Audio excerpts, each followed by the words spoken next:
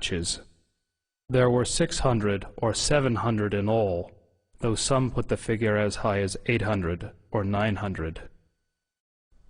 Another example, that may be even more chilling, of the deleterious influence that Muhammad's example has upon the Islamic world was exemplified recently by an Egyptian leader of a radical Muslim party who wrote just recently that he couldn't believe that the beheadings in Iraq were being protested by Muslims. Weren't they aware that the Prophet Muhammad himself beheaded between 600 and 900 men personally, members of the Jewish Qurayza tribe in Arabia, after he had defeated them? Didn't they realize that if the Prophet did it, then this was the proper way to behave? And so the Mujahideen in Iraq, who were beheading people, are simply obeying the example of the Prophet. Now we can see then that since the Prophet Muhammad himself participated in many battles and raids, and did indeed perpetrate these beheadings, he ordered the assassination of several of his political opponents, and he behaved in general like a typical 7th century warlord. The problem is that when this is transferred to 21st century behavior, 21st century contexts of behavior, then what you get are terrorists. The Quran occupies a place that has no parallel in Western civilization. The Quran is considered by Muslims and by traditional Islamic theology to be dictated word for word by God himself, by Allah himself, through the angel Gabriel to the Prophet Muhammad. As a result, every word of it is the words of God himself. Every word of the Quran, unless it is canceled by another section of the Quran itself, is valid for all time and cannot be questioned, cannot be reformed, cannot be changed within an Islamic context. This means that moderate Muslims, peaceful Muslims, if they are sincere, have to reject entirely Quranic literalism.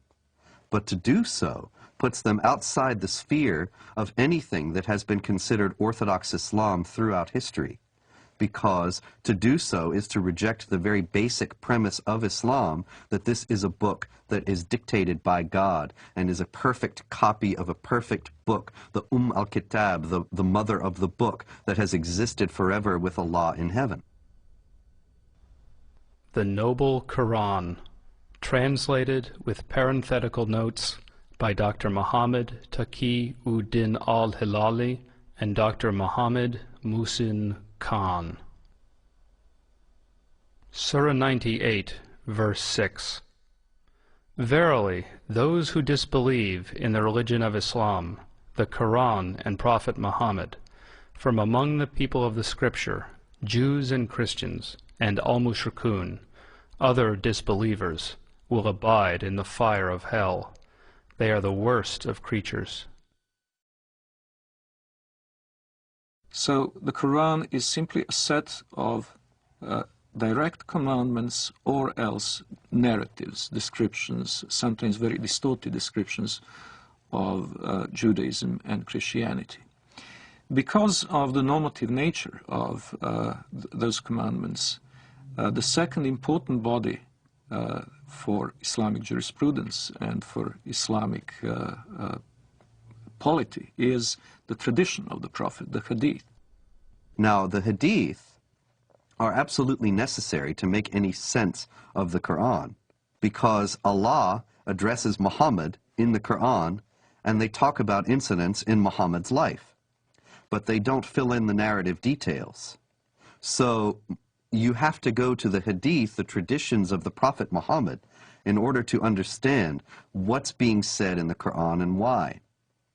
The Hadith are many, many volumes of traditions of the Prophet. Various Muslim scholars, beginning in the 8th century, which is some considerable time after the life of the Prophet Muhammad, who died in 632, they started to collect these traditions and to try, through various means, to winnow out the authentic ones from the inauthentic. From an Islamic standpoint, if something that Muhammad said or did is recorded in one of those books, then it has authority second only to the Quran. And in those books, there is a great deal that illuminates what the Quran says and how it is applicable to Muslims in the present. Authoritative traditions of the Prophet Muhammad, the Hadiths of Sahih al-Bukhari, translated with parenthetical notes by Dr. Muhammad Muhsin Khan. Volume 4, Book 52, Hadith number 53. The Prophet said, "Nobody who dies and finds good from Allah in the hereafter would wish to come back to this world even if he were given the whole world and whatever is in it, except the martyr who, on seeing the superiority of martyrdom, would like to come back to the world and get killed again in Allah's cause." The Prophet said, "A single endeavor of fighting in Allah's cause in the afternoon or in the forenoon is better than all the world and whatever is in it."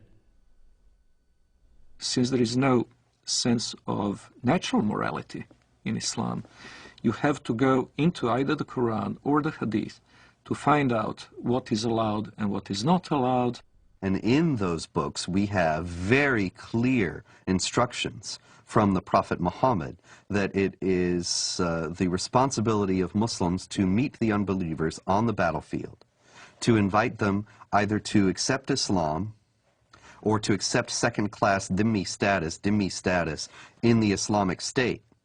And if they refuse both of those, then to wage war against them.